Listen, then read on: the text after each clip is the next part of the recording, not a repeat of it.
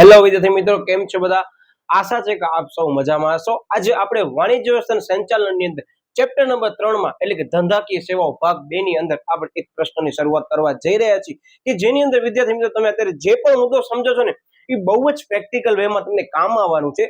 ભવિષ્યની અંદર પણ તમે કોઈ પણ જગ્યાએ જશો ને વિદ્યાર્થીઓ, એમાં બેન્કિંગ અવેરનેસ વર્ડ આવશે ને કોઈ પણ એક્ઝામની અંદર તો ફરીથી આ વર્ડ રિપીટ થશે અને ધોરણ 12 ની અંદર પણ આ મુદ્દો ફરીથી આવવાનું છે. એટલે ધ્યાનપૂર્વક આપણે સમજવાના છીએ. સૌથી પહેલા તમને કીધું કે આ ચેપ્ટરની અંદર વધુ પડતો જે પોર્શન છે પાર્ટ 1 જેને આપણે કહી શકાય, એની અંદર બેન્કિંગ વિશે, એની સેવાઓ વિશે, બેન્કિંગના કાર્યો વિશે વગેરે બાબતો અંગે જણાવવામાં આવ્યું છે. તો ચેપ્ટરની શરૂઆત કરતા પહેલા આપણે થોડોક એનો ઇતિહાસ જાણી લઈએ. હા, સંપૂર્ણ ઇતિહાસ નથી, પણ જે પણ ઇતિહાસ તમને આજે હું કહેવાનો છું ને બેન્કિંગનો, એ વિદ્યાર્થીઓ એક માર્ક અંદર તમને જરૂરથી કામ આવશે. એટલે ખાસ ધ્યાનપૂર્વક અહીંયા ધ્યાન આપજો. તમને બીજી કોઈ પણ સાહિત્ય ઉપડવાની જરૂર નથી, માત્ર તમારું ધ્યાન અહીંયા હોવું જોઈએ. થોડોક સમય તમે મને આપો, બાકી તમે જોઈ લેજો કે તમારા મુદ્દા દરેક અહીંયા જ થઈ જશે. તમને કોઈ પણ બીજી બાબત કે અન્ય સાહિત્ય ઉપડવાની જરૂર નથી, માત્ર તમારું ધ્યાન બોર્ડ ઉપર હોવું જોઈએ. તો સૌથી પહેલા આપણે થોડીક હિસ્ટ્રીમાં જઈએ તો 1400 ના સમયગાળાની અંદર વિદ્યાર્થી મિત્રો 1407 માં વિશ્વની સૌપ્રથમ બેંકની સ્થાપના કરવામાં આવી. તો બેંકની સ્થાપના કરવામાં આવી તો ક્યાં થઈ હશે? જગ્યા તો હશે ને? હા સાહેબ, એની જગ્યા પણ હશે. તો જેનીવાની અંદર 1407 માં વિશ્વની સૌપ્રથમ બેંકની સ્થાપના કરવામાં આવી હતી. ધોરણ 12 ની અંદર આંકડાકીય માહિતી અલગ થઈ જશે, નામ પણ બદલી જશે, પણ અત્યારે ધ્યાનપૂર્વક આપણને મગજમાં ફિટ રાખવાનું છે કે 1407 એટલે કે 1407 યાદ ના આવે તો લાસ્ટ ડિજિટ 7 છે, એના ડબલ કરીએ છીએ તો આગળ શું આવે છે? 14 આવે છે, અને વચ્ચે જે છે બરાબર થર્ડ ડિજિટ છે એ 0 આવે છે. એટલે 1407 ની અંદર સૌપ્રથમ વિશ્વની બેંકની સ્થાપના કરવામાં આવી. જેની સ્થાપનાનું સ્થળ કયું હતું? તો યાદ રાખજો, જીનીવા હતું. ઓકે, એનો મતલબ કે આપણે સૌથી પહેલા જીનીવામાં ગયા બેન્કિંગ માટે કરીને, હિસ્ટ્રી સમજવા માટે કરીને. તો જેવા આપણે જીનીવાની અંદર ગયા તો આપણને ખબર પડી. આ યાદ રાખવા માટે કહીને તમને કહું છું કે આ ખરેખર બેંક શબ્દ છે ને ઇટાલિયન ભાષાનો શબ્દ છે, BANCO, જેને બેંકો તરીકે ઓળખવામાં આવે છે, અને કાઉન્સની અંદર બેંચ શબ્દ લખ્યું છે. તો જેવા આપણે ઇટાલિયન ભાષાની અંદર ગયા તો આપણને ખબર પડી કે આ શબ્દની ઉત્પત્તિ ખરેખર તો રોમન સામ્રાજ્યમાં થઈ હતી. તો રોમનની અંદર બરાબર આની અંદર કહેવામાં આવે છે કે એ સમયગાળા દરમિયાન જેટલા પણ વેપારીઓ હતા ને વિદ્યાર્થી મિત્રો, એ એક પાટલી ઉપર બેસી અને વેપાર કરતા હતા અને નાનકડી દુકાનો રાખતા હતા અને પૈસાની લેવડ દેવડ કરતા હતા. તો એનો મતલબ કે રોમન સામ્રાજ્યની અંદર શબ્દની ઉત્પત્તિ થઈ. બરાબર, જે સામ્રાજ્યની અંદર નાણાં ધીરનાર વ્યક્તિઓ હતા. મતલબ નાણાં ધીરનાર એટલે શું? કે વ્યક્તિઓ પૈસા આપતા હતા અને અમુક જણાની બચત છે એ રાખતા હતા પોતા પાસે. તો એ જે વ્યક્તિઓ હતા નાણાં ધીરનાર હતા ને, એ રોમન સામ્રાજ્યની અંદર હતા, જેને માસેલા તરીકે ઓળખવામાં આવતું. એવી રીતે ધીરે ધીરે બેંક શબ્દની ઉત્પત્તિ થઈને અત્યારે જોઈ શકીએ છીએ કે બેંક જે છે એ ખરેખર અસ્તિત્વમાં આવી છે. અને બહુ જ લાંબી સ્ટોરી છે, પણ આપણે વિષય વસ્તુને ધ્યાનમાં લઈએ, એ લોકો બહુ જ લિમિટેડ વર્ડ આપ્યા છે. તમે વિશેષમાં આગળ અભ્યાસ કરશો વિદ્યાર્થી મિત્રો તો બહુ જ વિસ્તૃત સમજ આવવાની જ છે. બરાબર, અત્યારે આપણે એ વસ્તુ લેવાની જરૂર નથી, કારણ કે તમે આગળ કોલેજમાં જશો તો 1 સેકન્ડ આ જ મુદ્દા ફરીથી રિપીટ થશે. બરાબર, ઓકે, આ હતી એની ઉત્પત્તિ કે ભાઈ બેંકની સૌપ્રથમ સ્થાપના ક્યાં કરવામાં આવી હતી, કઈ જગ્યાએ કરવામાં આવી હતી. ઓકે, બેંક શબ્દ કઈ ભાષાના શબ્દ પરથી ઉતરી આવ્યો છે? આ જે શબ્દ જે છે એનો પહેલા કયા સામ્રાજ્યની અંદર પણ આ શબ્દની ઉત્પત્તિ કરવામાં આવી હતી? તો કે રોમન સામ્રાજ્યની અંદર કરવામાં આવી હતી, કે જેની અંદર નાણાં ધીરનાર હતા બરાબર, એને માસેલા તરીકે ઓળખવામાં આવતી. બધી બાબતો અત્યારે આપણે જે પણ વિદ્યાર્થી મિત્રો સમજ્યા છે ને સાંભળ્યા છે ને, એ બધી બાબતો તમને 1 માર્ક્સની અંદર ખાસ કરીને કામ આવવાની છે. એનો મતલબ તમે સમજી ગયા છો કે અત્યારે હું આ જે ગ્રીન માર્કર થી અમુક પોઈન્ટ તમારા નીચે અંડરલાઈન કરીશ, એ તમામ મુદ્દા કાં તો કીવર્ડ્સ હશે અથવા તો તમારા પ્રશ્નની અંદર જો પરીક્ષામાં પેપર નીકળે છે ત્યારે શોર્ટ ક્વેશ્ચનની અંદર વચ્ચેથી પૂછાઈ શકે એવા પ્રશ્નો હશે. એનો મતલબ તમે સમજી ગયા છો કે મારી જ્યાં પણ ગ્રીન પેન અંડરલાઈન થાય છે એનો મતલબ કે આ કીવર્ડ છે, અને પ્લસમાં તમને 1 માર્કની અંદર જરૂરથી કામ આવશે જ. એવા જ મુદ્દા આપણે લેવાના છીએ સમજૂતી સહિત.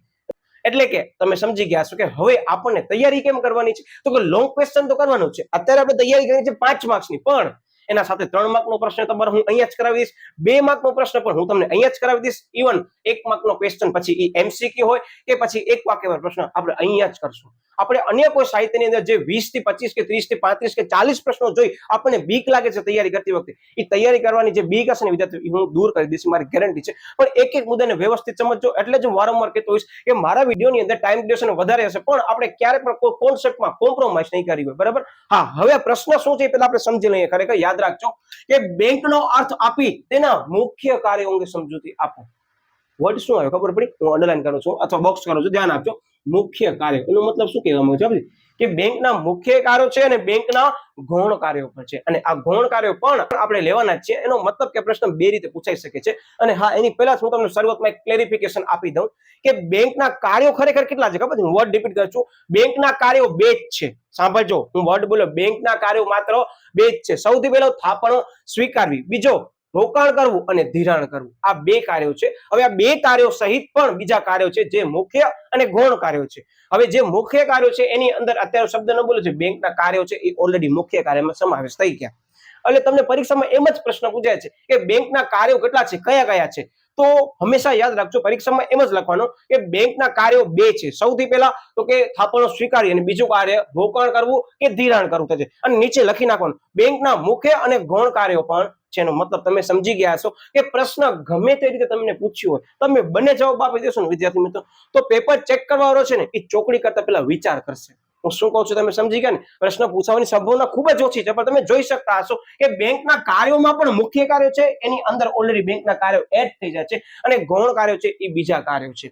એનો મતલબ શરૂઆતમાં આપણે જે મુદ્દો સમજીએ છીએ ને એનો ઉલ્લેખ કરવો ખાસ જરૂરી છે. ઘણા વિદ્યાર્થીઓ પ્રશ્ન ન વાંચે ને તો જવાબ બદલી શકે છે. હા, એવા ઘણા બધા મુદ્દા છે, અને અત્યારે જે પણ વિદ્યાર્થી વિડીયો જોતો હશે ને એવું મે બી એના સાથે બન્યું હશે અથવા હવે ન બનવું જોઈએ. ધ્યાન રાખજો કે વિદ્યાર્થી જ્યારે પેપર લખતો હશે ને ત્યારે જવાબ યાદ હશે, પણ જ્યારે પણ પ્રશ્ન જોશે ને ત્યારે એમ થશે અરે યાર આનામાં આ જવાબ આવશે કે આ જવાબ આવશે. હા વિદ્યાર્થી મિત્રો, એટલે ધ્યાનથી તમે જ્યારે પણ તમે ઘરે બેઠા તૈયારી કરો છો ને તો હું એટલું જ કહીશ કે એકવાર પ્રશ્ન મોઢે લખો, પછી તમે જ્યાં પણ પરીક્ષા દેવા જતા હો ત્યારે પરીક્ષા આપો, એની અસર આખી અલગ પડે. તમે વાંચીને સીધી પરીક્ષા આપશો એટલે તમને ખબર તો પડી જ આવશે કે મને જવાબ આવડે છે, પણ પ્રશ્ન જે છે એ કયો છે? કારણ કે એવા ઘણા બધા આગળ પ્રશ્નો વિદ્યાર્થી મિત્રો આપણને આવવાના છે કે જેની અંદર પ્રશ્નમાં માઇનર ચેન્જીસ હશે પણ જવાબ આખું બદલી જશે. એટલે ખાસ ધ્યાનપૂર્વક આપણે સમજશું. ઓકે, હવે એનો અર્થ જોઈ લઈએ છીએ. તો આની અંદર એક અર્થ આપેલું છે આરબીઆઈ ના મત મુજબ બેંક એટલે શું. આ બે મુદ્દા મેં તમને અત્યારે ચર્ચા કરી એ છે, એટલે હું હવે આને સમજાવતો નથી. અંડરલાઈન પણ મેં કરી નાખી છે. 1407 ની અંદર જે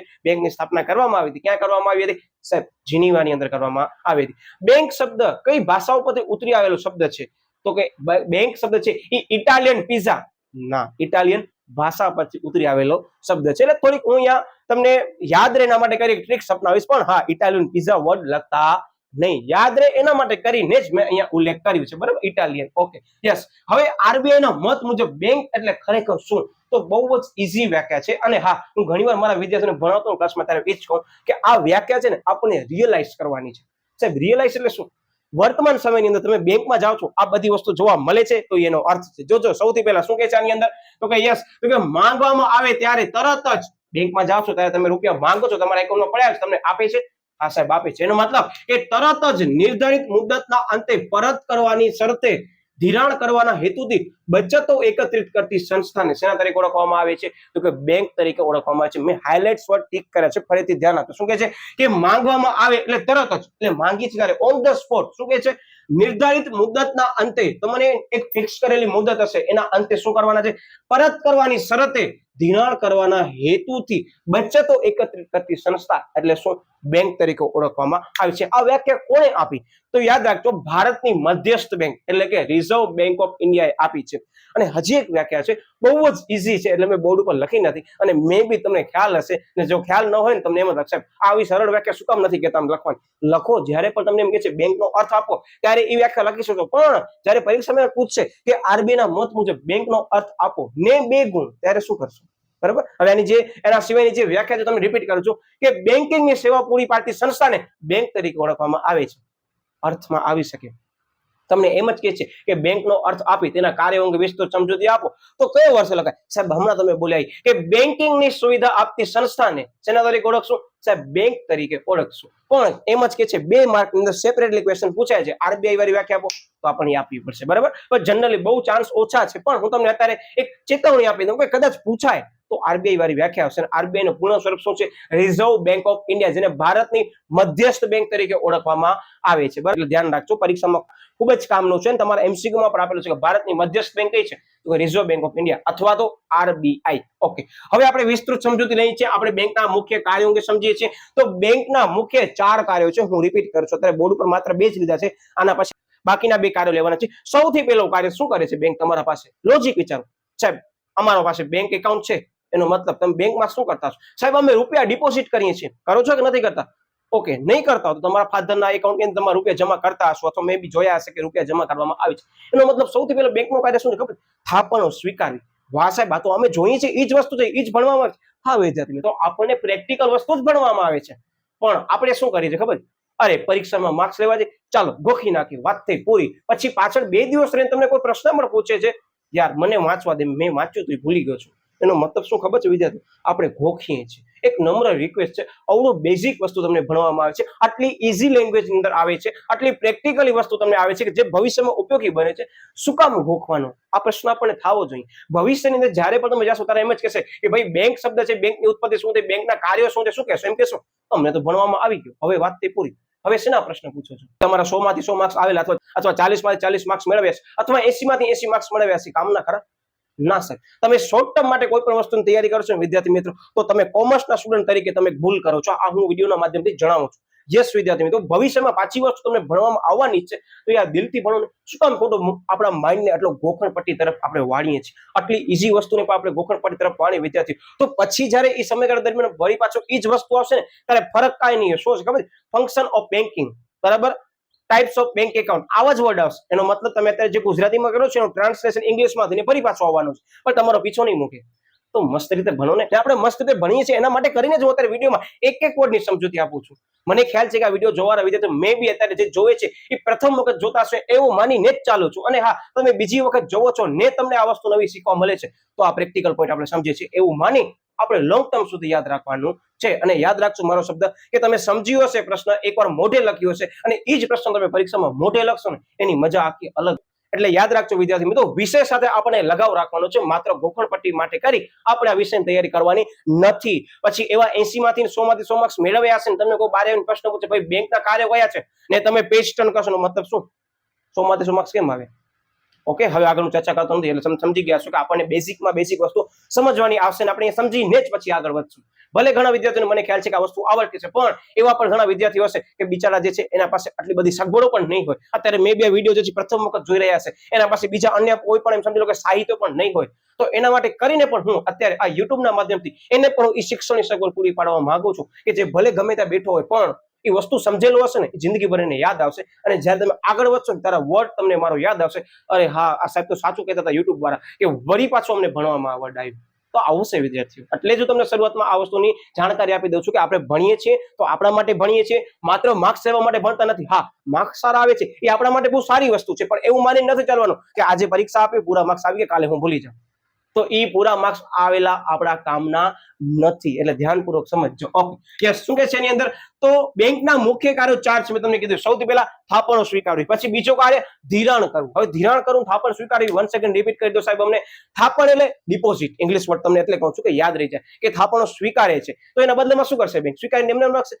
ના સાહેબ, એ જે પણ થાપણ સ્વીકારશે તો એ જે સ્વીકારતી હશે થાપણ જે વ્યક્તિની, એને શું આપવું પડશે સાહેબ? એને વળતર આપવું પડશે. વળતર એટલે શું સાહેબ? એને કાંઈક ચૂકવવું પડશે. કે તમે અત્યારે સમજો તમારા પાસે ખિસ્સાની અંદર 10,000 રૂપિયા છે, તમે બેંક તરીકે મને આપીને ગયા, હું એમને રાખી દઈશ? ના સાહેબ, તમે અમને 10,000 રૂપિયા માટે કરી અને તમે એના ઉપર અમને શું ચૂકવશો? વ્યાજ ચૂકવીશ. બરાબર. હવે આ વસ્તુ વ્યાજ ક્યારે ચૂકવી શકીશ સાહેબ? તમે પૈસાનો ઉપયોગ કરી સારો વળતર કમાવ્યો તો તમે અમને વ્યાજ આપી શકશો ને. આ સાચી વાત છે. તો હું શું કરીશ સાહેબ? તમે પૈસાનું રોકાણ કરશો. એનો મતલબ શું ખબર? હું પૈસાનું ધિરાણ કરીશ. સાહેબ ધિરાણ એટલે શું? તો ધિરાણ જે છે ને 2 રીતે કરવામાં આવે છે, પણ સાવ સરળ ભાષામાં કહું ને, ધિરાણ એટલે આપણે પૈસા બીજાને આપશું, એના બદલામાં એ લોકો પાસેથી શું લેશું? આપણે વ્યાજ લેશું. અને બેઝિક વસ્તુ છે કે હું તમારા પાસેથી પૈસા લઉં છું 10,000 રૂપિયા, તો તમને હું વ્યાજ ચૂકવીશ, તો વ્યાજ ક્યાંથી ચૂકવીશ સાહેબ? તમે જેને પૈસા આપ્યા હશે ને એના પાસે તમે વ્યાજ લેશો અને તમે અમને ચૂકવશો. તો હું કરીશ શું બેંક તરીકે? માત્ર આ જ કાર્ય કરીશ? ના સાહેબ, બીજા ઘણા બધા કાર્યો છે, પણ આ કાર્યોની અંદર હું તમારા પાસે 10,000 રૂપિયા લઈશ અને તમને હું 6% વ્યાજ ચૂકવીશ. સાંભળજો, પણ હું જેને રૂપિયાનું ધિરાણ કરીશ, જેને હું લોન આપવાનો છું, બરાબર, એના પાસે હું 8% લઈશ. બરાબર, વ્યાજ છે. એનો મતલબ કે એને પૈસા આપીશ, પૈસાના બદલામાં એના પાસેથી વ્યાજ 8% વસૂલ કરીશ, અને એ 8% વ્યાજ છે એમાંથી હું 6% વ્યાજ શું કરીશ? તમને આપીશ. થયો શું? 2% નો મને ફાયદો થયો. બેંકનો શું છે? નફો છે. તમે સમજી ગયા બેંક ખરેખર કાર્ય કઈ રીતે કરે છે? હું રિપીટ કરી દઉં છું વિદ્યાર્થી મિત્રો. આ ઉદાહરણ મેં એટલે લીધો કે તમે જે ગોખતા છો ને, હવે તમારા મગજને કોન્સેપ્ટ જ ક્લિયર થઈ ગયું કે ભાઈ આ લોન એટલે શું, આ ભાઈ ડિપોઝિટ એટલે શું, એટલે કે થાપણો એટલે શું, હવે તમારા મગજમાં ક્લિયર થઈ ગયું. ને હવે આપણે જે પણ કરવાના છે ને, હું માત્ર અંડરલાઈન કરીશ, બાકી તમામ સમજૂતી આપણે સમજી લીધી આની અંદર.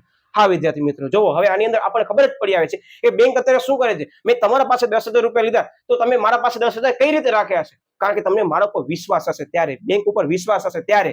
તો બેંકનું બીજું કાર્ય આની અંદર આવે જ છે, બરાબર, પ્રથમ કાર્યની અંદર, કે સાથે સાથે ગ્રાહકોનો શું છે, વિશ્વાસ જાળવી રાખવાનો છે. અને મેં તમને જે એક્ઝામ્પલ આપ્યું હોય કે બેંક જે છે એ નાણાંનું ધિરાણ કરે છે, તો ધિરાણ કરવામાં આવે છે એના ઉપર લેવામાં આવતો વ્યાજનો દર કેવો હશે સાહેબ? થાપણ સ્વીકાર્યો છે ને એના કરતા વધારે હશે. ક્લિયર થઈ ગયો? હવે આપણે સમજીએ છીએ બુકની વાક્ય રચના પ્રમાણે. અત્યારે તમને કોઈ જણાની બુક ઓપન કરવાની જરૂર નથી, તમે માત્ર એ ધ્યાન આપજો. હું જે પણ અંડરલાઈન કરું બસ મગજમાં ફિટ કરજો. સમજી તો આપણે હમણાં લીધું જ છે. ઓકે, શું કહે છે? વિસ્તૃતમાં કે છે કે થાપણો સ્વીકારવી એટલે કે જાહેર જનતા પાસે વણ વપરાયેલી રકમ સ્વીકારે છે. વણ વપરાયેલી રકમ એટલે કે તમારા પાસે 10,000 રૂપિયા એમને પડ્યા હતા ઘરમાં, તમે ઘરની અંદર રાખો તો 10,000 રૂપિયા 6% વ્યાજ કોણ આપત તમને? ન આપત. પણ તમે બેંકને આપશો તો વણ વપરાયેલી રકમનો શું થયું સાહેબ? તમે જરૂરિયાતમંદ રૂપિયા આપ્યા છે એનો ઉપયોગ. તેનો મતલબ કે વણ વપરાયેલ થાપણ શું કરે છે? સ્વીકારે છે. ઓકે, હવે આ ઓબ્લિક નો મતલબ વળી પાછો નવો પોઈન્ટ બનાવો, સબ પોઈન્ટ બનાવો, એનો મતલબ હું તમને વચ્ચે પણ કહેતો આવીશ કે પેપર કેમ લખાય. સૌથી પહેલા હેડિંગ આપો થાપણ સ્વીકારી, પછી એક આખો મુદ્દો લખો, પછી વળી પાછો બીજો મુદ્દાનો નીચે અહીંયા તમે પોઈન્ટ કરી અને લખો, તો વિદ્યાર્થી મિત્રો પેપર બહુ જ સારું લાગશે તમારું, અને તમારો જે કોન્સેપ્ટ છે એ ક્લિયર થયો છે, ખબર પડી આવશે. અને જ્યાં અંડરલાઈન કરો છો ને વિદ્યાર્થી મિત્રો, એ પણ તમારા માટે બહુ સારી બાબત કહેવાય. તમે જો પેપરની અંદર અંડરલાઈન કરો છો તો બહુ જ તમને કામ આવશે. જ્યારે પણ માર્ક્સ આવશે ને ત્યારે તમે જોઈ લેજો. હવે આપણે આગળ વધીએ છીએ તો એના પછીનો મુદ્દો શું કે છે કે બેંકનું નિયમમાં શું લખવાનું કે બેંક છે લોકોનું વિશ્વાસ ટકાવી રાખવાનું પણ કાર્ય કરે છે. કારણ કે તમે મારા પાસે પૈસા કઈ રીતે આપશો તો કે તમને ખબર છે કે સાહેબ છે બેંક છે, અને બેંક જે છે એ લોકોની જે થાપણો છે એ સાચવી રાખશે. તો શું કરે છે તો કે લોકોનો વિશ્વાસ ટકાવી રાખવાનું કાર્ય કરે છે. અને થાપણ પર શું ચૂકવવામાં આવે છે? આ થાપણો ઉપર બેંક શું છે? વ્યાજ ચૂકવે છે. બરાબર. હવે તમને બધાને ખ્યાલ હશે કે બેંક જે છે ને એ થાપણો સ્વીકારે છે એ એક પ્રકારે નથી સ્વીકારતી, એના ઘણા અલગ અલગ 4 પ્રકારો છે. સૌથી પહેલા બધાને ખ્યાલ હશે કે બેંકની અંદર ખાતાના પ્રકારો કેટલા છે? 4 પ્રકાર છે. આ એક માર્કમાં પૂછાઈ શકે એવો મુદ્દો છે.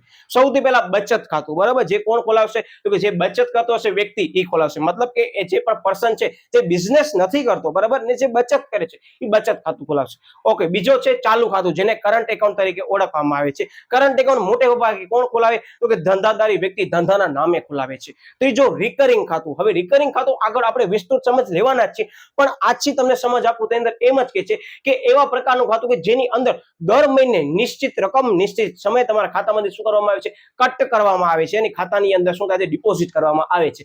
વિસ્તૃતમાં તમને સમજાવીશ, બરાબર. અત્યારે માત્ર આટલી સમજ આપણને રાખવાની. નિશ્ચિત રકમ નિશ્ચિત સમયગાળા દરમિયાન શું કરવામાં આવે છે? તમારા ખાતામાંથી કટ કરી એ ખાતામાં જમા કરવામાં આવે છે. ઓકે, પછી ચોથા પ્રકારનું જે ખાતું છે, બરાબર, જેને બાંધી મુદતના ખાતા તરીકે ઓળખવામાં આવે છે. અને આ વર્ડથી તમે બહુ જ પરિચિત છો. માત્ર હું ઇંગ્લિશ કરીશ ને તમને ખબર પડી આવશે. હા સાહેબ, આ તો અમે ઘણીવાર અમારા ઘરની અંદર પણ સાંભળ્યું છે. તો કે બાંધી મુદતના ખાતાને કયા ખાતા તરીકે ઓળખવામાં આવે છે?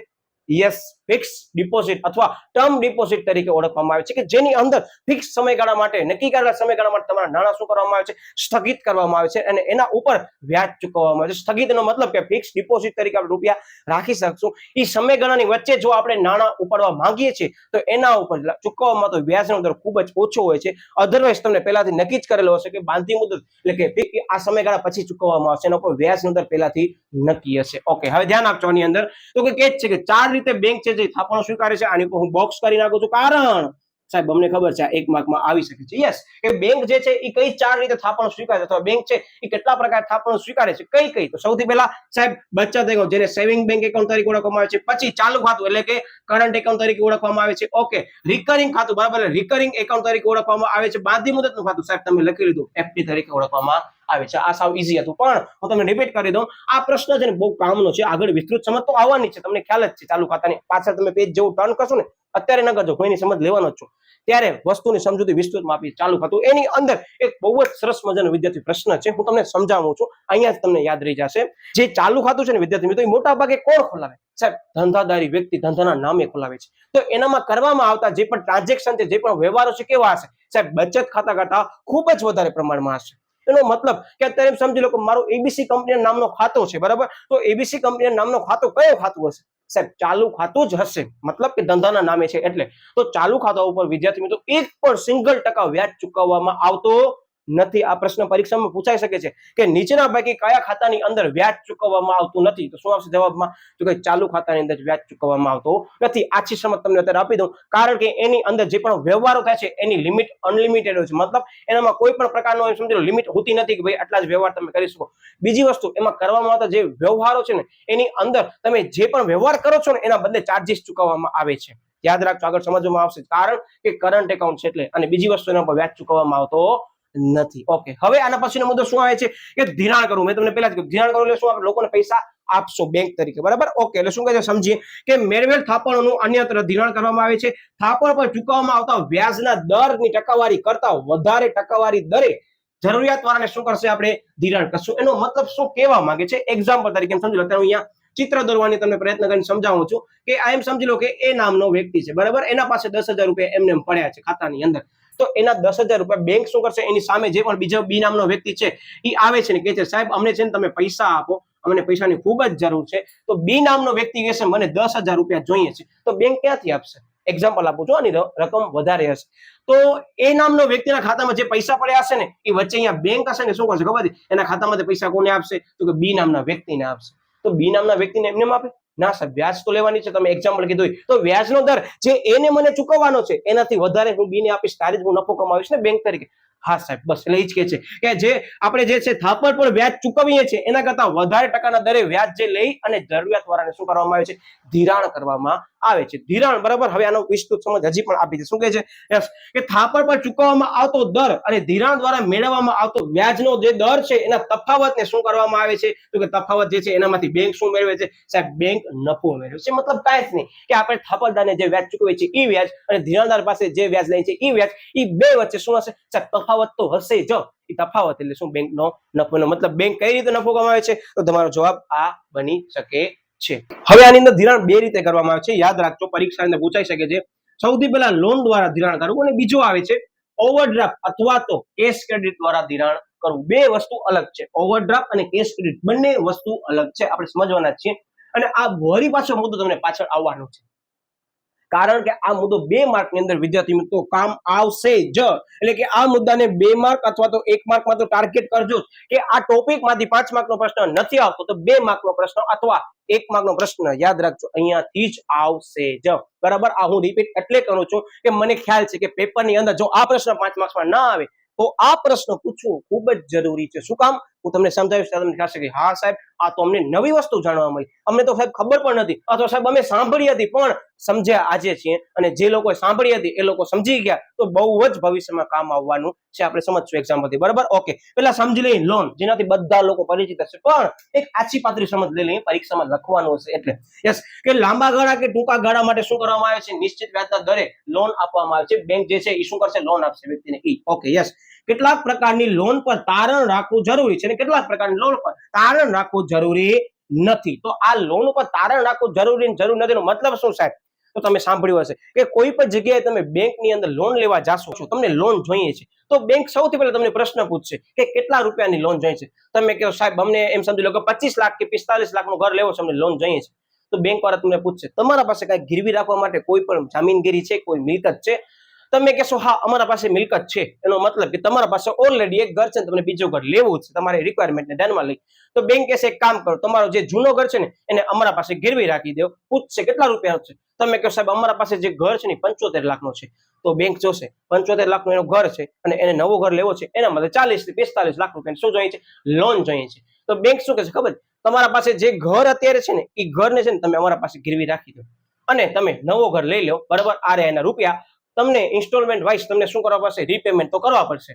એનો મતલબ તમે શું કરો, કોઈ પણ વસ્તુ એક ગીરવી રાખી, તારણ રાખી, જેને ગીરો તરીકે ઓળખવામાં આવે છે. હા સાહેબ, એનો મતલબ કે તમારી પાસે ઓલરેડી એક તો ઘર છે જ, તમે બીજો ઘર લીધો, જે પ્રથમ ઘર તો એને ગીરવી રાખી દીધો અને બીજા ઘરની અંદર તમે લીધો એના પાસે લીધી લોન લીધી કે જેનામાં પ્રથમ ઘર ગીરવી રાખ્યો. એનો મતલબ બેંકે શું લીધું, તમારા પાસે મોર્ગેજ લીધો તમારો હાઉસ અને તમને શું આપી, લોન આપી. મતલબ કે તમે જ્યારે પણ લોન લો છો કોઈ પણ મિલકત ગીરવી રખાવો છો એને શેના તરીકે ઓળખવામાં આવે છે, ગીરો તરીકે ઓળખવામાં આવે છે અને એને તારણ પણ કહેવામાં આવે છે, બરાબર. સિક્યોરિટી છે એક પ્રકારની, કે તમે બીજા 45 લાખ વાળા ઘરનું પેમેન્ટ નહીં કરો તો તમારો જે પ્રથમ ઘર છે 75 લાખ વાળો એ તમામ જે છે એની માલિકી છે ને એ બેંક વાળાની થઈ જશે. કારણ કે જ્યારે પણ તમે લોન લેવા જશો ને ત્યારે તમને સ્ટેટમેન્ટ સાઇન કરાવશે, યસ, કે તમારો 75 લાખ રૂપિયાનું જે ઘર છે, બરાબર, એ બેંક હસ્તક રહેશે. એના તમામ કાગળિયા, તમામ દસ્તાવેજો, તમામ માલિકી હક, જે પણ પાવર છે તમામ માલિકી હકના એ કોના રહેશે, બેંકના રહેશે. જો તમે ઇન્સ્ટોલમેન્ટ ભરતા નથી તો આ આખી મિલકત છે એ બેંક શું કરી શકે છે, એને સીઝ કરી અને પોતા પાસે લઈ શકે છે માલિકી, અને ઓક્શન કરીને એના પૈસા બીજા પાસેથી લઈ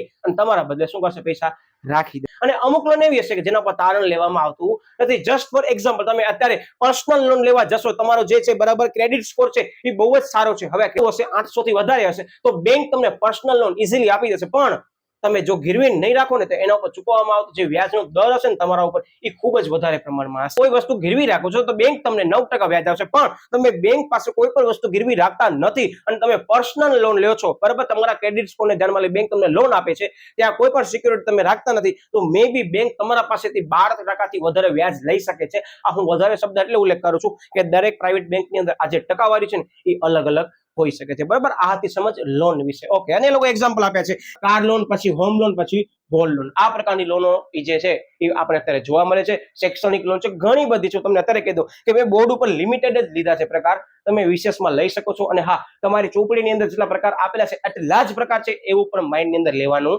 નથી. આ જસ્ટ તમારી સમજ માટે લોકોએ ઉદાહરણ આપ્યા છે. આ હતી લોન. હવે મુદ્દો આવે છે મોસ્ટ આઈએમપી, લખી નાખજો કે આ મુદ્દો સમજવો ખૂબ જ જરૂરી છે અને આપણે પહેલા સમજી લઈએ છીએ. તો અત્યારે જે ધિરાણ કરવામાં આવે છે તો એ જે ધિરાણ કરે છે ને સૌથી પહેલા લોન દ્વારા કરવામાં આવે છે. અને બીજો ઓપ્શન એવો છે કે જેની અંદર બે પેટા ઓપ્શન છે. સૌથી પહેલા બેંક ઓવરડ્રાફ્ટ એટલે કે બીઓડી અથવા ઓડી તરીકે ઓળખવામાં આવે છે, અને બીજો છે કેશ ક્રેડિટ જેને સીસી તરીકે ઓળખવામાં આવે છે. હવે બેંક ઓવરડ્રાફ્ટ અને સીસી વચ્ચે તફાવત શું આપણે હું તમને અત્યારે સમજાવવાની કોશિશ કરશું. ખાસ અહીંયા ધ્યાન આપજો. ભલે વિડીયો થોડોક લાંબો થઈ શકે છે પણ આ મુદ્દો એવી રીતે સમજી લેજો કે પાછળ જ્યારે પણ મુદ્દો આવે ને ત્યારે પણ તમને સમજાય જાય. તો સૌથી પહેલા આપણે મગજમાં એક વસ્તુ ફિક્સ કરી નાખી કે જે પણ વ્યક્તિનું ચાલુ ખાતું છે, બરાબર, એ ચાલુ ખાતું ધરાવતો છે ને એ જ વ્યક્તિ બેંક ઓવરડ્રાફ્ટનો ઉપયોગ કરી શકશે. ઓકે સાહેબ, અમને ખબર પડી ગઈ, પણ બેંક ઓવરડ્રાફ્ટ એટલે શું તમને કહો.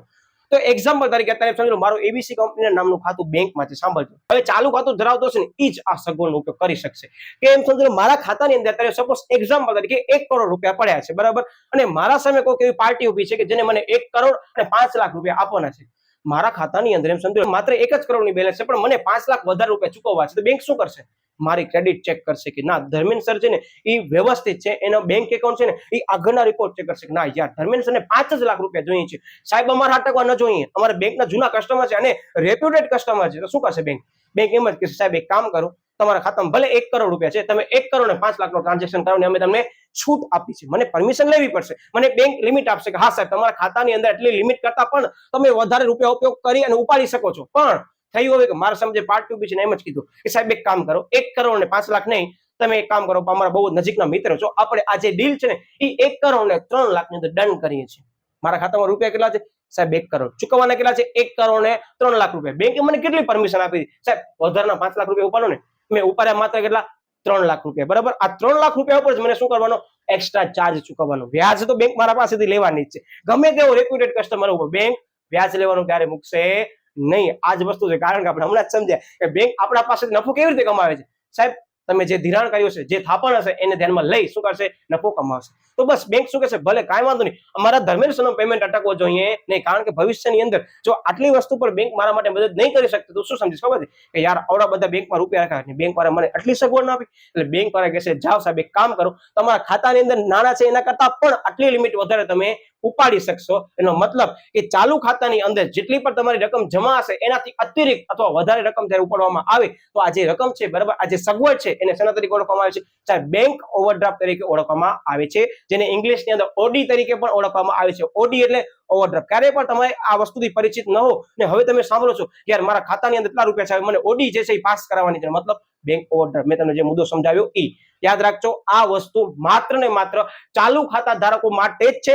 બીજી વસ્તુ એક કન્ડિશન છે, ઉદેડી છે, ટર્મ્સ એન્ડ કન્ડિશન, કે જેણે પણ પ્રધાનમંત્રી જનધન ખાતાને ધ્યાનમાં લઈ જે ખાતું ખોલાવ્યું છે સ્કીમ અંતર્ગત, એ લોકોને પણ બેંક 5000 રૂપિયા સુધી બેંક ઓવરડ્રાફ્ટની સગવડ આપે છે. હું રિપીટ કરી દઉં, બચત ખાતા વાળાને ખરેખર ઓડીની સગવડ મળતી નથી, પણ જે બચત ખાતું પ્રધાનમંત્રી જનધન યોજના સ્કીમ હેઠળ ખોલાવવામાં આવ્યું છે એની અંદર 5000 રૂપિયાની સહાય વધારે આપવામાં આવે છે, પણ એ 5000 રૂપિયા વ્યાજ તો ચૂકવવું જ પડશે, બરાબર. આ માત્ર વસ્તુ તમારા નોલેજ માટે જ છે, ક્યાંય પરીક્ષામાં આપણને લખવાની રહેતી નથી, કારણ કે ચોપડીની અંદર માત્ર ચાલુ ખાતાનો જ ઉલ્લેખ કર્યો છે. એટલે જે મેં બીજી વસ્તુ આવે છે કેશ ક્રેડિટ. હવે કેશ ક્રેડિટને સીસી તરીકે ઓળખવામાં આવે છે. હું રિપીટ કરી દઉં છું કે cache credit is equal to CC. પરીક્ષામાં પૂછાય સીસી નો પૂર્ણ સ્વરૂપ આપો તો કેશ ક્રેડિટ, અથવા ઓડી નો પૂર્ણ સ્વરૂપ આપો તો ઓવરડ્રાફ્ટ.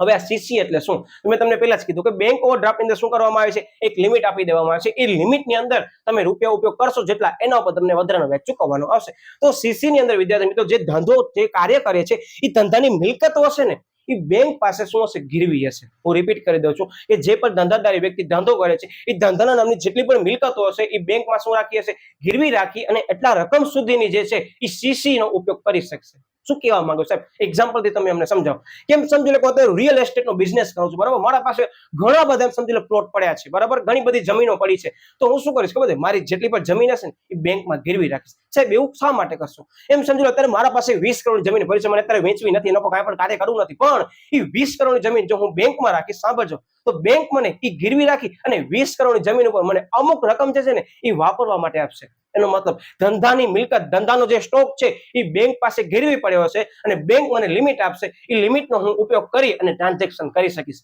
રિપીટ કરું છું, મારા પાસે બેંક એકાઉન્ટની અંદર રૂપિયા નથી, પણ મારી 20 કરોડની જમીન છે અથવા 20 કરોડની ધંધાના નામે ડિપોઝિટ છે. હું કોને આપી દઈશ? બેંકને આપી દઈશ ફિક્સ ડિપોઝિટની પહોંચ. અને બેંકને શું કહીશ? મને તમે આના ઉપર સીસી પાસ કરી આપો. એનો મતલબ કે કેશ જે છે મારા લિક્વિડિટી નથી, મતલબ કે મારા હાથમાં કેશ ઓન હેન્ડ નથી, પણ મારા પાસે એવી બધી ધંધાની મિલકતો જે છે જેનો અત્યારે ઉપયોગ કરવાનો નથી. મેં બેંકને આપી દીધી. એના બદલામાં મેં શું કરી લીધું? તો કે મેં રૂપિયા ઉપાડી લીધા. હવે એનો મતલબ કે મારી 20 કરોડની જમીન છે બેંક પાસે પડી છે અને મને માત્ર 10 કરોડ રૂપિયાની બીજી જમીન લેવી છે. શું કરીશ?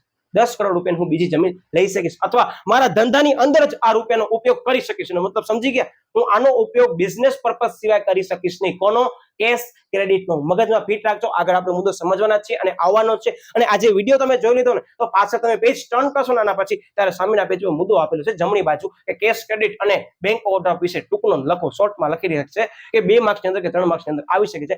આ હતી સમજૂતી. અને તમે જેટલા સમય માટે નાણાંનો ઉપયોગ કરશો એટલા સમયગાળાને ધ્યાનમાં લઈ બેંક તમારા પાસે શું કરશે? તો કે વ્યાજ વસૂલ કરશે. મતલબ કે 10 કરોડ રૂપિયા જે છે બેંક મને આપે છે સીસી તરીકે, પણ હું વાપરું છું 8 કરોડ રૂપિયા છે, તો મને 8 કરોડ રૂપિયા પર શું કરવાનું રહેશે? તો કે વ્યાજ ચૂકવવાનું રહેશે. યાદ ધ્યાનપૂર્વક આપણે ચોપડીને ધ્યાનમાં લઈ આપણે સમજૂતી લઈએ છીએ. શું કહે છે કે ચાલુ ખાતું ધરાવનારના ખાતામાં જે રકમ જમા હોય તેનાથી વધારે રકમ ઉપાડવા દેવાની સગવડ આપે છે તેને શેના તરીકે ઓળખવામાં આવે છે? બેંક ઓવરડ્રાફ્ટ તરીકે ઓળખવામાં આવે છે અથવા ઓડી તરીકે ઓળખવામાં આવે છે. આ 1 માર્કનો પ્રશ્ન ચાલુ ખાતું અને બીજો ઓડી નો અર્થ. એના પછી મુદ્દો આવે છે સીસી એટલે શું? કેશ ક્રેડિટ એટલે શું? તો એ જ કે છે કે જ્યારે, યાદ રાખજો, આ મેં તમને ઉદાહરણ આપ્યું, ઓડી ની જે રકમ છે ને એ મોટી અને સમયગાળો લાંબા ગાળાનો હોય અને નિશ્ચિત હોય ત્યારે આપણે કેશ ક્રેડિટનો ઉપયોગ કરવામાં આવે છે. એનો મતલબ તમે સમજી ગયા છો કે ખૂબ જ લાંબા સમયગાળા માટે નિશ્ચિત રકમને આપણે ઉપયોગ કરવો છે તો એ બેંક ઓવરડ્રાફ્ટને આપણે શેના તરીકે કન્વર્ટ કરી નાખશું? આપણે સીસી તરીકે કન્વર્ટ કરી નાખશું. પાછળ મુદ્દામાં સમજૂતી આવે છે, આમાં મુદ્દામાં સમજૂતી સાવ શોર્ટમાં આપી છે, પણ તમને સીસી કરવી હશે કન્વર્ટ, તો એના માટે કરી તમારા બેંકની અંદર તમારા ધંધાની જે પણ જામીનગીરી હશે અથવા એના નામે જે પણ મિલકતો હશે અથવા જે પણ સ્ટોક હશે એ બેંકની અંદર શું કરવો પડશે? તો કે ગીરવી રાખવું પડશે, બરાબર? તારણ તરીકે. ઓકે, એટલે કે છે યસ કે ઓડીની રકમ મોટી અને લાંબા ગાળા માટે હશે. અહીંયા વર્ડ એડ કરી નાખજો. નિશ્ચિત છે એ અહીંયા પર લખી નાખજો. નિશ્ચિત સમય માટે આપવામાં આવે તેને સીસી તરીકે ઓળખવામાં આવે છે. અને આમ જ આ યાદ રાખજો, આ મુદ્દો એમ જ કે છે આ બે વચ્ચે તફાવત શું છે જણાવો. 1 માર્કની અંદર વળી પૂછાય તો ઈ જ આવશે. આમ ઓડી જે છે એ ઓછા સમયગાળા માટે હોય છે અને જે કેશ ક્રેડિટ એટલે કે સીસીઓ છે એનો સમયગાળો નિશ્ચિત અને વધારે હોય છે. આ બે વર્ડ ઉપર જે મેં બોક્સ કર્યો છે એ બોક્સ ખાસ ધ્યાનપૂર્વક સમજી લેજો. પરીક્ષાની અંદર 1 માર્કમાં પૂછાઈ શકે છે કે બેંક ઓવરડ્રાફ્ટ અને કેશ ક્રેડિટ વચ્ચે તફાવત જણાવો. 1 માર્ક તારે શું આવશે? તો સાહેબ બેંક ઓવરડ્રાફ્ટ છે એ કેવા સમયગાળા માટે હશે? સાહેબ ઓછા સમયગાળા માટે છે. જ્યારે કેશ છે ક્રેડિટ છે કેવા સમયગાળા માટે? નિશ્ચિત અને વધારે સમય માટે હશે. એનો મતલબ કે લાંબા ગાળા માટે હોઈ શકે છે. આ બે વસ્તુ અત્યારે આપણે જે સમજી છે મુદ્દા, વિદ્યાર્થી મિત્રો, એ ખાસ ધ્યાનપૂર્વક સમજો, કારણ કે આના પછીના જે મુદ્દા હું લેવાનો છું ને એ સાવ ઈઝી છે. એમાં યાદ રાખજો, રિપીટ કરી દઉં કે આ મુદ્દો ફરજિયાત વ્યવસ્થિત તમને કરીને જવો પડશે. તમને ભલે સમય માંગી લે પરીક્ષામાં જ્યારે દેવા જાશો ત્યારે ફરીથી વિડીયો જોઈ લેજો, પણ આ મુદ્દાને ભૂલતા નહીં. 1 માર્કની અંદર તો કામ આવશે જ. જો આ પ્રશ્ન 3 માર્ક અને 5 માર્કમાં નથી આવતો તો દેખાશે જ, બરાબર? એટલે ખાસ ધ્યાનપૂર્વક આ મુદ્દાને આપણે કરીને જવાનું છે. હવે તમે આનો સ્ક્રીનશોટ લઈ શકો છો. સ્ક્રીનશોટ લઈ અને વળી પાછા આપણે મુદ્દાને કન્ટિન્યુ કરી છે. તમને ક્યાંય નથી જવાનું, હું માત્ર અહીંયા સાઈડમાં આવું છું, તમે સ્ક્રીનશોટ લઈ શકો છો. યસ વિદ્યાર્થી મિત્રો, હવે આપણે જે બે મુદ્દા લીધા છે ને બહુ જ ઈઝી છે પણ સમજવા જરૂરી છે, કારણ કે આના પછીનો હજી એક પ્રશ્ન આવે છે એનામાં આ મુદ્દા ક્યાંક તમને ફરી પાછા જોવા મળશે, એટલે ધ્યાનપૂર્વક સમજજો, બરાબર? ઓકે, શું કહે છે? રોકાણ કરવું. હવે બધાને ખ્યાલ છે કે બેંક જે છે એનું કાર્ય શું છે, આગળ જ આપણે અભ્યાસ કરો તો બેંકના 2 કાર્યો છે જનરલી, બરાબર? સૌથી પહેલું કાર્ય તો શું? થાપણો સ્વીકાર. બીજું કાર્ય રોકાણ અને ધિરાણ કરવું. તો રોકાણ અને ધિરાણ કરવાની અંદર ધિરાણ કરવું તો હમણાં મુદ્દા આપણે સમજ્યા. હવે રોકાણ કરવું એટલે શું? તો સાવ બેઝિક વસ્તુ જે આપણે સ્ટાર્ટ કરીએ છીએ અંદર એટલું જ કહે છે કે જે બેંક પાસે સમજી લો કે ધિરાણ કર્યા પછી પણ અમુક રકમ બચે છે, તો વિદ્યાર્થી મિત્રો યાદ રાખજો, આરબીઆઈ ના એક્ટ મુજબ, આરબીઆઈ એટલે રિઝર્વ બેંક ઓફ એક્ટ, મધ્યસ્થ બેંકના કાયદા મુજબ 1934 મુજબ દરેક બેંકને અમુક ટકા જે રકમ છે ને એ સરકારી જામીનગીરી અંદર કમ્પલસરી રોકવી પડશે અને એ રોક્યા બાદ પણ તમારા જો પૈસા બચે છે તેનો અન્યત્ર શું કરવામાં આવે છે, રોકાણ કરવામાં આવે છે. તો રોકાણ કયા બેઝિસ ઉપરથી કરવું જોઈએ? કારણ કે બધાને પ્રશ્ન થાય કે બેંક પાસે આવડા બધા રૂપિયા પડ્યા છે તો બેંક ક્યાં રોકાણ કરતી હશે? તો સૌથી પહેલી વસ્તુ યાદ રાખશો, મેં તમને અત્યારે જ વાત કરી કે 1934 આરબીઆઈ ના એક્ટ મુજબ સરકારી જામીનગીરી અંદર રોકાણ કરવું પડે છે અને જો નાણાં બચે છે તો બીજી કોઈ જામીનગીરીમાં રોકાણ કરી શકે છે. પણ એક શરત છે કે જ્યારે પણ કટોકટી અથવા તો આકસ્મિક પરિસ્થિતિ આવે ત્યારે એ જે પણ જગ્યાએ રોકાણ કર્યું છે ને ત્યાંથી નાણાંની અંદર રૂપાંતર થવું જરૂરી છે. મતલબ કે ભાઈ જે મિલકતોમાં તમે નાણાં રોક્યા છે અથવા જે જગ્યાએ તમે નાણાં રોક્યા છે એ નાણાંનું રોકાણની અંદર રૂપાંતર થવું ખૂબ જ જરૂરી છે. ધ્યાનમાં લઈ જે બેંક છે ને એ શું કરશે, સલામત જગ્યાએ નાણાંનું રોકાણ કરશે. વ્યાજ જે છે ભલે ઓછો હોવો જોઈએ, યાદ રાખજો વિદ્યાર્થી મિત્રો, બેંકના નિયમ મુજબ, પણ બેંક શું ઈચ્છે કે ભાઈ હું જ્યાં પણ પૈસા રોકું છું ત્યાં એની અંદર રોકાણમાં રૂપાંતર ઝડપથી થઈ જવું જોઈએ. આ એનો મેઇન બેઝિક હતો. હવે ધ્યાન આપજો શું કે ચોપડી પ્રમાણે યસ તો કે બેંક આરબીઆઈ ના નિયમ મુજબ, એટલે અત્યારે લખી દઉં તમને આરબીઆઈ નિયમ એટલે શું, તો કે આરબીઆઈ એક્ટ કયો 1934 આ એક્ટને ધ્યાનમાં લઈ દરેક બેંકને નિયમ મુજબ કાર્ય કરવું ફરજિયાત છે. બરાબર, ઓકે. નિયમ અનુસાર કુલ ડિપોઝિટની અમુક રકમ સરકારી જામીનગીરીમાં રોકવાની હોય છે. તમને વર્ડ ખબર પડી ગઈ, સરકારી એટલે ગવર્મેન્ટ સિક્યુરિટી. બરાબર, ઓકે. યસ, પછી કે રોકાણ યોગ્ય ગણતરી અને સલામત જગ્યાએ કરવું અનિવાર્ય છે. રોકાણ પર કેવી જગ્યાએ કરવાનું છે? યોગ્ય ગણતરી, કે ભાઈ હું અહીંયા રોકાણ કરીશ તો અંદાજિત મને વળતર આટલા સમયગાળાની અંદર આટલું મળી શકે છે. અને બીજી વસ્તુ શું કહે છે? સલામતી હોવી જોઈએ. એમ કે છે કે એક્ઝામ્પલ તરીકે અત્યારે કોઈ એવી જામીનગીરી છે કે જેની અંદર 10% વળતર મળે છે પણ જોખમનું પ્રમાણ વધારે છે ને એના જેવી જ બીજી એવી જામીનગીરી છે કે જેની અંદર 7% જ તમને શું મળશે? વળતર મળશે, પણ એ જે પણ જગ્યાએ તમે રોકાણ કરો છો ને એ જગ્યા સલામત છે. બરાબર, નોન રિસ્કી છે અથવા તો લો રિસ્ક છે એની અંદર, એટલે બરાબર. તો આવી જગ્યાએ શું કરવું છે? રોકાણ કરવું અનિવાર્ય છે. ઓકે, બેંક મહદઅંશે કહી દીધો, વળી પાછો મુદ્દો રિપીટ થાય તમને કહી દો. બરાબર, યસ, શું કે છે આની અંદર આને આ મુદ્દા બે સરખા છે, થોડોક ચેન્જીસ છે. મહદઅંશે સરકારી જામીનગીરીઓ એ અન્ય સદ્ધરતાવાળા એકમોમાં શું કરે છે? રોકાણ કરે છે. બરાબર, ઓકે. બેંકમાં કટોકટી, યાદ રાખજો મેં તમને કીધું કટોકટી અને આકસ્મિક પરિસ્થિતિમાં રોકાણ છૂટા કરી જો કે છે તરત શેનામાં રૂપાંતર? રોકડમાં રૂપાંતર થાય તે રીતે નાણાંની શું કરવાની છે? આપણે ગોઠવણ કરવાની રહેશે. મેં તમને કીધું નહીં કે અમુક એવી જગ્યાએ રોકાણ કરશે કે ઝડપથી શેનામાં રૂપાંતર થઈ જશે એનું, તો સાહેબ એનું રોકડમાં રૂપાંતર થઈ જાય. એનો મતલબ કે એવી જામીનગીરી અંદર રોકાણ કરવામાં આવે છે કે તમે વળી પાછું રોકાણ પરત લેવું હશે તો તમે સરળતાથી લઈ શકો એવી રીતે. ઓકે, એના પછી મુદ્દો આવે છે આંતર બેન્કિંગ વ્યવહાર કરો. મતલબ બેંક જે છે એકબીજા સાથે વ્યવહારો કરે છે. તો યાદ રાખજો આની અંદર જે મુદ્દો આવે છે વિદ્યાર્થી મિત્રો, એ ધોરણ 11 નો વાણિજ્ય વ્યવસ્થા સંચાલનમાં તમને વળી પાછું હજી એક ચેપ્ટરમાં જોવા મળશે. ધોરણ 12 ના વાણિજ્ય વ્યવસ્થા સંચાલન ની અંદર આ મુદ્દો ફરીથી રિપીટ આવશે. આ જે વર્ડ તમને દેખાય છે કોલ મની, રિપીટ થશે. જો મોસ્ટ ટાઈમ પે ક્વેશ્ચન કહી દઉં છું કે આ પરીક્ષાની અંદર આવવાની સંભાવના ખૂબ જ વધારે છે ને છે. બરાબર, ધ્યાનપૂર્વક અત્યારથી કીધું સમજજો, કારણ કે ધોરણ 12 ની અંદર એસપી માં પણ વળી પાછું રિપીટ થશે, અર્થશાસ્ત્ર ની અંદર પણ રિપીટ થશે, ઇવન વાણિજ્ય વ્યવસ્થા સંચાલન ની અંદર પણ વિદ્યાર્થી મિત્રો રિપીટ થશે. એનો મતલબ કે આ ટોપિક અત્યારે ભણીએ છીએ પણ ફરી પાછો તમને ભવિષ્યમાં આવશે જ અને આ સમજવું પણ ખૂબ જ જરૂરી છે. હું તમને એક એક્ઝામ્પલ થી સમજાવીશ. બરાબર, ધ્યાનપૂર્વક સમજો. ચાલો આપણે આકૃતિથી સમજીએ તો વધારે આઈડિયા આવશે. એમ સમજી લો કે અત્યારે એ અને બી નામની શું છે? એમ સમજી લો બેંક છે. સાંભળજો, એ નામની બેંક અલગ છે, બી નામની બેંક અલગ છે. ધ્યાન આપજો અહીંયા. અને વચ્ચે અહીંયા સમજી લો કે એક્ઝામ્પલ તરીકે અહીંયા આરબીઆઈ છે. સાંભળજો, હવે આરબીઆઈ ના નિયમ મુજબ સીઆરઆર ને એસએલઆર નો રેશિયો જાળવવા માટે કરી અને શું કરવામાં આવે છે? અમુક રકમ કમ્પલસરી આપણને બેંકની અંદર કેશ ઓન હેન્ડ અથવા બ્રાન્ચની અંદર દેખાડવી જરૂરી છે. એનો મતલબ હું તમને ફરીથી સમજાવવાનો પ્રયત્ન કરું કે આરબીઆઈ ના નિયમ મુજબ સીઆરઆર નો રેશિયો તમારો જળવાવો જરૂરી છે. તો સીઆરઆર નો રેશિયો આગળ આપણે ભણવામાં તો આવશે, પણ તમને હું એક સમજી લો કે સાવ શોર્ટમાં એક એક્સપ્લેનેશન આપું ને કે બેંક પાસે એમ સમજી લો કે જે બેંક પાસે છે ને એ થાપણની ઓછામાં ઓછી અનામત એટલી હોવી જરૂરી છે. એક્ઝામ્પલ તરીકે એમ સમજી લો કે આરબીઆઈ ના નિયમ મુજબ, હું એક્ઝામ્પલ જ લઉં છું, આની અંદર આંકડાકીય માહિતી અલગ હોઈ શકે છે. બરાબર, કે દરેક બેંક પાસે એક દિવસની અંદર મિનિમમ એમ સમજી લો કે 10 કરોડ રૂપિયા હોવા જોઈએ. એક્ઝામ્પલમાં મેં 10 કરોડ લીધા છે. એનો મતલબ શું કહેવા માંગે ખબર છે કે આરબીઆઈ ના એક્ટ હેઠળ જેટલી પણ બેંકની સ્થાપના થઈ છે, જેટલી પણ બેંક પછી બધી આવી ગઈ, એની અંદર એક દિવસ આપવાનો જે છે એ અનામતનો રેશિયો 10 કરોડ હોવો જોઈએ, ઓછામાં ઓછું કમ્પલસરી છે. તો હવે ઘણી બધી બેંકો લોન આપે તેના પાસે શું થાય? સાહેબ એ તો બદલતો રહે. એ જે 10 કરોડ રૂપિયા છે એની જગ્યાએ બેંક પાસે મે બી 6 કરોડ હોય તો શું કરે? તો નિયમ વિરુદ્ધ છે. તો શું કરશે આની અંદર? તેમ સમજી લો કે એ નામની બેંક છે, એના પાસે એમ સમજી લો અત્યારે 15 કરોડ રૂપિયા જે છે એના પાસે અનામત તરીકે પડ્યા છે, થાપણ તરીકે. બરાબર, 15 કરોડ રૂપિયા. અને જે બી નામની બેંક છે ને એના પાસે એમ સમજી લો કે 8 કરોડ રૂપિયા છે. હવે પ્રશ્ન થવો જોઈએ કે આરબીઆઈ ના નિયમ મુજબ એક્ઝામ્પલ તરીકે 10 કરોડ રૂપિયા તમારા પાસે અનામત હોવી જોઈએ, એની જગ્યાએ બી પાસે કેટલી છે સાહેબ? 8 જ કરોડ છે. એનો મતલબ ઓછી છે ને થાપણ? કેટલી ઓછી છે સાહેબ? 2 કરોડ ઓછી છે. અને આના પાસે કેટલી વધારે છે સાહેબ? તમે કહેશો આની અંદર નિયમ કરતા આના પાસે 5 કરોડ રૂપિયા વધારે છે, બરાબર, અને આના પાસે 2 કરોડ રૂપિયા કેવા છે? ઓછા છે. તો હવે થશે શું? તો યાદ રાખજો કે આ બેંકની અંદર ખબર જ પડી હશે આરબીઆઈ, કારણ કે એના પાસે સિસ્ટમ હશે એવી કે કઈ બેંક પાસે કેટલો જથ્થો અત્યારે રોકડ અનામત તરીકે પડ્યો છે. તો આરબીઆઈ ને ખબર પડી ગઈ કે ભાઈ બી નામની બેંક પાસે 2 કરોડ રૂપિયા દિવસની જે પણ થાપણ રાખવાની છે એના કરતા કેવા છે? અનામતના પ્રમાણમાં ઓછા છે. તો કરશે શું? તો આરબીઆઈ ના સર્વરમાં ખબર જ પડી આવશે કે ભાઈ એ ને ઘણી બધી જેટલી પણ બીજી બેંકો છે એના પાસે વધારાની થાપણ પડી છે. તો શું કરશે આરબીઆઈ? આ લોકો પાસેથી થાપણ લેશે અને આ થાપણ જે પણ બેંકોની જરૂરિયાત મુજબ જાળવવાની હશે, નથી જાળવી શકતી, એ લોકોને ખૂબ ટૂંકા ગાળાના સમય માટે શું કરશે? થાપણો આપી દેશે. હું રિપીટ કરું છું, આના પાસે વધારાની થાપણ પડી હતી, આના પાસે થાપણ ઓછી હતી, તો વધારાની થાપણ આરબીઆઈ, યાદ રાખજો, આની અંદર આ તમામ જે ટ્રાન્ઝેક્શન કરશે ને, મારો શબ્દ યાદ રાખજો, એ આરબીઆઈ કરશે, બીજા કોઈ જ બેંકને ખબર હશે નહીં.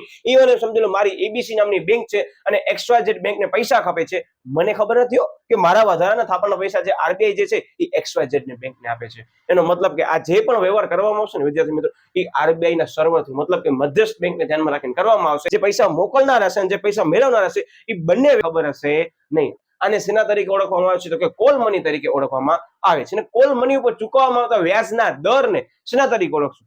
Call money rate. રેટ શબ્દ એડ કરવાનો રહેશે, બરાબર. ઓકે, હવે આપણે ચોપડીની સમજ અનુસાર લઈએ. શું કે છે આની અંદર કે એક બેંક પાસે પડેલ વણ વપરાયેલા નાણાં ઓછા સમય માટે નાણાંની તંગી અનુભવાતી બેંકને આપવામાં આવે છે. શું કહે છે કે આ જે એક બેંક પાસે પૈસા પડ્યા છે, બરાબર, એ ઓછા સમય માટે જે બેંક નાણાંની શું અનુભવે છે સાહેબ? તંગી અનુભવે છે, એ બેંકને શું કરવામાં આવે છે? આપવામાં આવે છે. આ પ્રમાણે નાણાં મેળવનાર કે આપનારની પ્રક્રિયામાં મધ્યસ્થ બેંક, મતલબ કે આરબીઆઈ મારફત કરવામાં આવે છે. યાદ રાખજો કે આ સમગ્ર પ્રક્રિયા કોને મારફત કરવામાં આવે છે? તો વર્ડ આવશે શું? આરબીઆઈ. મગજની અંદર આ વસ્તુ ખાસ ક્લિયર રાખજો કે આની અંદર જે પણ નાણાં મોકલનાર છે અને જે પણ નાણાં લેનાર છે, બંને બેંકને એકબીજા વિશે ખબર હશે નહીં. આ યાદ રાખજો, બરાબર, સમજવા જેવી બાબત છે. ઓકે, નાણાં લેનાર અને આપનાર એકબીજાના સંપર્કમાં આવતા નથી. મેં તમને અત્યારે ઈ જ વાત કરી. ઓકે, આમ નાણાં માંગવામાં આ એક માર્કની અંદર અર્થ આવી શકે છે, હું તમને કહેતો હતો, બરાબર, મોસ્ટ ટાઈમ છે. શું કહે છે? આમ નાણાં માંગવામાં આવે અને તરત મળે તેને કોલ મનીના નામથી ઓળખવામાં આવે છે, ટૂંકા ગાળા માટે, બરાબર. ઓકે, આ નાણાં પર બજારમાં નાણાંની માંગ અને પુરવઠાના આધારે, નાણાંની માંગ અને પુરવઠાના આધારે શું કરવામાં આવે છે? એના પર વ્યાજનો દર નક્કી કરવામાં આવે છે, બરાબર. વ્યાજ નિશ્ચિત થાય છે કે નક્કી થાય છે, જેને કોલ મની રેટ તરીકે ઓળખવામાં આવે છે. આ વસ્તુ તમારા માટે ખૂબ જ નવી હતી, બહુ જ સમજવા જેવી બાબત હતી. હવે તમને ખબર પણ પડી આવશે કે જે બેંકના નિયમ મુજબ જે અમુક રોકડનો જે હિસ્સો છે એ અનામત તરીકે ફરજિયાત રાખવું પડે છે. જો એ પૂરો નથી થતો તોય પણ આરબીઆઈ એને શું કરે છે? મદદ કરે છે. એટલે જ આરબીઆઈ જે છે એને બેંકોની બેંક તરીકે ઓળખવામાં આવે છે. આ બધા જે મુદ્દા મેં તમને સમજાવ્યા વિદ્યાર્થી મિત્રો, એ ધોરણ 12 ની અંદર ફરીથી આવશે જ. એ રીતે જ આ મુદ્દો મેં તમને કરાવ્યો છે. એટલે હવે મને આશા છે કે તમને આ સમગ્ર જે ટોપિક હતો એ હવે સમજાઈ ગયો છે. તમારા સ્વાધ્યાયની અંદર પ્રશ્ન એમ જ કીધો છે કે બેંકના કાર્યો અંગે સમજૂતી આપો. એનો મતલબ તમે સમજી ગયા, ઓપન ક્વેશ્ચન બની ગયો કે આની અંદર તમે સૌથી પહેલા મુખ્ય કાર્ય સમજાવો અને પછી ગૌણ કાર્ય સમજાવો તોય પણ તમારો પ્રશ્નનો જવાબ વેલિડ ગણાશે. તમે તમામ મુખ્ય કાર્યો વિસ્તૃત સમજાવ્યા, 5 મુદ્દા ઓછામાં ઓછા, તોય પણ તમારો મુદ્દો જે છે એ વેલિડ ગણાશે. તમે 3 મુદ્દા જે છે મુખ્ય કાર્યના સમજાવો છો, બાકીના જે 3 મુદ્દા છે તમે એ ગૌણ કાર્યના સમજાવવાનો છો, તોય પણ તમારો જવાબ વેલિડ ગણાશે. એનો મતલબ તમે સમજી ગયા છો કે જ્યારે તમારા માટે ક્વેશ્ચન જે છે તમારા ઉપર આવી જાય ને, ત્યારે તમે કોઈ પણ રીતે જવાબ જે છે એ મુદ્દાને લગતો લખી શકો છો. કારણ કે આ જે મુખ્ય જે છે બેંકોના 2 કાર્યો છે, એક તો મુખ્ય કાર્ય, બીજો ગૌણ કાર્ય. આવી રીતે અલગ અલગ 2 પાર્ટ પડે છે. એટલે શક્ય હોય ત્યાં સુધી હું એમ જ મારા વિદ્યાર્થીઓને કહું, કોઈ પણ 5 મુદ્દા લખો તમને જે વધારે આવડે છે એ, બરાબર. અને એમાં પણ એવા મુદ્દાની પસંદગી કરો કે જે 1 માર્ક્સમાં પણ આવે છે. અત્યારે મેં તમને જે પણ મુદ્દા કરાવ્યા આ 1 માર્કમાં પણ આપેલો છે, તો કરો વધારે મુદ્દાને ધ્યાન કરો. કારણ કે મુદ્દો તમને 5 માર્ક્સમાં નહીં આવે કામ તો 3 માર્ક્સમાં આવશે, 3 માર્ક્સમાં નહીં આવે તો 2 માર્કમાં આવશે, 2 માર્કમાં નહીં આવે તો 1 માર્કમાં ચોક્કસ કામ આવશે. એટલે જ હું તમને ઘણી વાર કહું છું કે વિડીયોની અંદર થોડોક ટાઈમ ડ્યુરેશન વધારે લઈશ, પણ તમારો હું મુદ્દો એવી રીતે કરાવીશ કે તમને અન્ય કોઈ પણ પ્રકારનો જે પ્રશ્ન છે જોવો નહીં પડે. આનામાંથી આવતો દરેક પ્રશ્ન આપણે એવી રીતે લીધો છે. પછી જોઈ લો વ્યાખ્યા હોય કે ભાઈ કોના મારફતે કરવામાં કે આની અંદર જે છે ચૂકવવામાં આવતા વ્યાજના દરને શેના તરીકે ઓળખવામાં આવે છે, તો આ બધી બાબતોની મેં ચર્ચા કરીને અંડરલાઈન કરી. વિદ્યાર્થી મિત્રો 1 માર્ક્સમાં તો કામ આવવાનું જ છે, બરાબર. એટલે વિદ્યાર્થી મિત્રો મળ્યા હવે આપણે વળી પાછું નવા ટોપિક સાથે. ત્યાં સુધી ચેનલ સાથે ખાસ જોડાયેલા રહેજો. તમે હજી પણ આગળના કોઈ પણ વિડીયો જોવાના બાકી છે તો હજી તમારા પાસે તક છે, બરાબર, કે તમે વિડીયો જોઈ અને પરીક્ષાની અંદર ખૂબ સારા ગુણ મેળવી શકો છો. મને ખ્યાલ છે ઘણા બધા વિદ્યાર્થીઓની કોમેન્ટો આવી છે, દરેક વિદ્યાર્થીની કોમેન્ટને ધ્યાનમાં લઈ એનો શોર્ટ આઉટ પણ ત્યાં જ કરાવી દઉં છું. મને ખ્યાલ છે અમુક લોકોની જે કોમેન્ટ આવી છે એનો મને વિડીયો બનાવવાનો છે, પણ સમયને ધ્યાનમાં લઈ હું અપલોડ કરવા છું. પહેલા તમે મને જે મોસ્ટ ટ્વિસ્ટેડ ક્વેશ્ચન છે અને મોસ્ટ આઈએમપી ક્વેશ્ચન છે વિદ્યાર્થી મિત્રો, એ પહેલા મને કરાવી દેવા દો. બિંદાસથી તમે ડાઉટ મૂકી શકો છો. યસ, અત્યારે હું તમને કીધું મારી અહીંયા જે પણ સોશિયલ મીડિયાની ચેનલો છે તમે કનેક્ટ કરી શકો છો. તમે બિંદાસથી તમે નવો મેસેજ મૂકી શકો છો. હું અત્યારે ભલે તમારો જવાબ અમુક જ રિપ્લાય આપીશ, પણ પછી એ જવાબને ધ્યાનમાં લઈ તમારો હું વિડીયો પણ અપલોડ કરીશ. એટલે વિદ્યાર્થી મિત્રો ખાસ ચેનલ સાથે જોડાયેલા રહેજો. મળ્યા વળી પાછું નવા ટોપિક સાથે. હજી પણ ચેનલને સબસ્ક્રાઇબ ન કરી હોય તો હવે ચેનલને સબસ્ક્રાઇબ કરી નાખો. હવે તમે જે વિડીયો જોવો છો તમને ખબર પડી ગઈ છે આગળના કેટલા આપણે વિડીયો જોઈ લીધા છે. ઓકે, હજી વિડીયોને લાઈક નથી કર્યો, તમે વિચાર કરો એ વિડીયોને લાઈક પણ કરી દો. અને જો વિડીયો ગમ્યો હોય, તમને ટ્રિક્સ ગમી હોય, કાંઈક નવું શીખવા મળ્યું હોય, તમે બિંદાસથી કોમેન્ટ કરી જણાવી શકો છો. અને જે વિદ્યાર્થી તમારા કોન્ટેક્ટમાં છે, જે લોકો બહુ જ ગોખવાનો પ્રયત્ન કરે છે, પરીક્ષાની બહાર તમારા સામે ઊભા છે ને એમ કે છે કે યાર આ મુદ્દો સમજાતો નથી, તો એ લોકો સુધી આ ચેનલને ખાસ પહોંચાડો. કારણ કે આપણે સમજૂતી અને સરળ ભાષા સહિત અને ટ્રિક્સ સહિત તમને શું કરાવી છે, મુદ્દાની સમજૂતી આપી છે. વિદ્યાર્થીઓ મળ્યા વળી પાછો આપણે નવા ટોપિક સાથે. ત્યાં સુધી ખાસ ચેનલ સાથે જોડાયેલા રહે અને હા, ચેનલમાં જોડાવાનું ભૂલતા નહીં.